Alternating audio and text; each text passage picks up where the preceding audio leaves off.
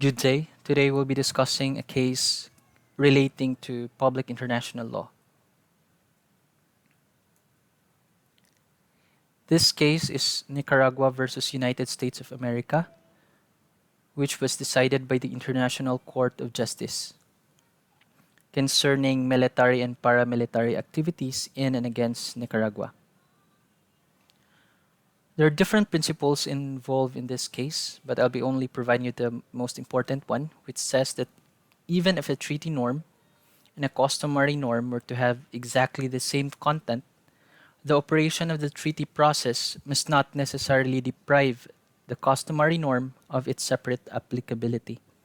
So, for instance, a state in the multilateral treaty make a reservation, and that reservation pertains to the same content or rule found in customary international law. That reservation, in effect, still will not preclude the application of customary international law. Even if the states in questions are bound by these rules, both on the level of treaty law and on that of customary international law, these norms retain a separate existence. So this is pertaining to its application. For facts of the case, in July 1979, after President Somoza was overthrown, FSLN, or also known as Frente Sandinista de Liberación Nacional, establish a revolutionary government. And of course, in response to this, supporters of the former Somoza government and former members of the National Guard are opposed to the said new government.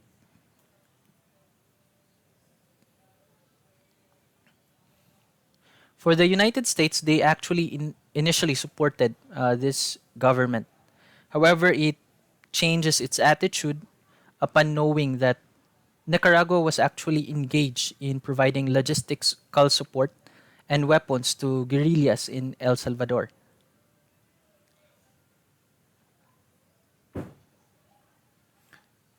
As a result for this, United States stopped its aid to Nicaragua, and accordingly, they even decided to plan and undertake activities directed rather against Nicaragua.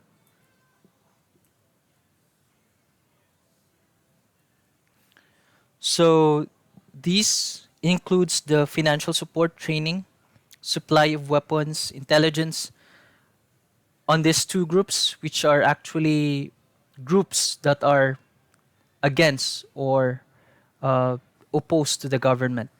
The Fuerza Democrática (FDN), which operated along the borders with Honduras, and Alianza Revolucionaria Democrática (ARDE), which operated along the border with Costa Rica.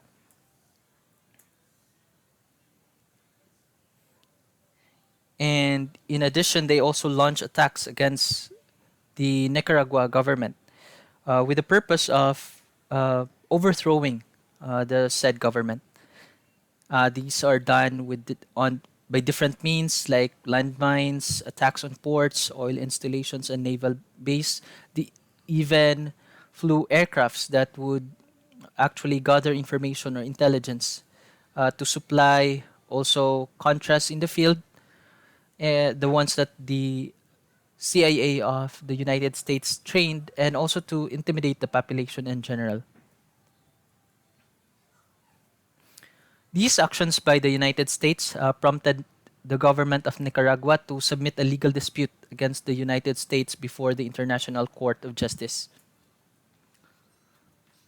So there are different issues and questions discussed. I only have taken three important ones that I deem to be important. First, was the court competent to give its determination based on customary international law when there was a multilateral treaty reservation? So in this one, in this problem, this is relating to basically the competence mentioned or competent refers basically to court's jurisdiction to take cognizance of the case. So the U.S. actually contends that reservations that they made in accepting the jurisdiction of the International Court of Justice, because they have made such reservations, they therefore could not uh, be under the jurisdiction, or such multilateral treaties to that facts will not apply to them, therefore depriving the ICG with its jurisdiction. Here, the International Court of Justice ruled that multilateral treaty reservations cannot preclude the court from relying on customary international law, because customary law exists independently of treaty law.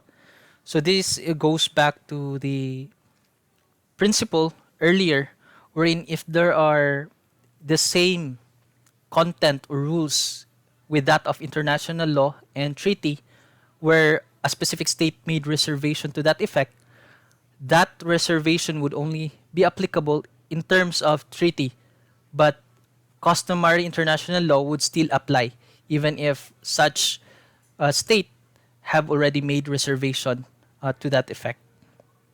In the case at hand, it is clear that the financial support, the training, the supply of weapons, intelligence, and logistic support constitutes a clear breach of the principle of non intervention, which is part of the customary international law. Second is, what is the relationship between treaty and customary international law? So there are actually two main relationship wherein customary law may be identical to treaty provisions, and second one is uh, when there are different rights or obligations under customary and treaty law in respect to the same subject matter, but they are in relation to that, even if they may pertain to the same or different rules or principles, they will always coexist with each other, despite that the customary international law may be codified as a treaty. Those states which provide reservations to that effect, the codification of a specific customary international law will still bind them with the customary international law. It would only, despite that it talks about the same rules or concept, or the context is the same. Third one is, what are the elements necessary to form customary international law? In here, this was already discussed previously in the last meeting. To review, the following elements are as follows. First, the widespread repetition by states of similar international acts over time. This is referring to state practice. Second, the requirement that acts must occur out of a sense of obligation, which is also termed as opinio juris. And last one, that the acts are taken by a significant number of states and not rejected by a significant number of states. So once all these three things are present, that specific uh, practice will now become part of the customary international law. So for the takeaway, in the case at hand, we learned that first, customary international law, which are subsequently codified into treaties, will continue to exist side by side with the treaties. And state action and opinio juris, which are taken together and not rejected by a significant number of states, becomes part of the customary international law. So those are the elements of the customary international law. And finally, principles such as but not limited to the non-use of force and non-intervention will continue to be binding as part of customary international law, despite the operation of possible, let's say for example, reservation that you've made on a specific law or treaty. That would still bind the specific party that made reservation to that effect, because those reservations made on that treaty is not applicable to customary international law, as customary international law would always be binding upon all the states, especially those states that are members of the United Nations. So that's the end of my report.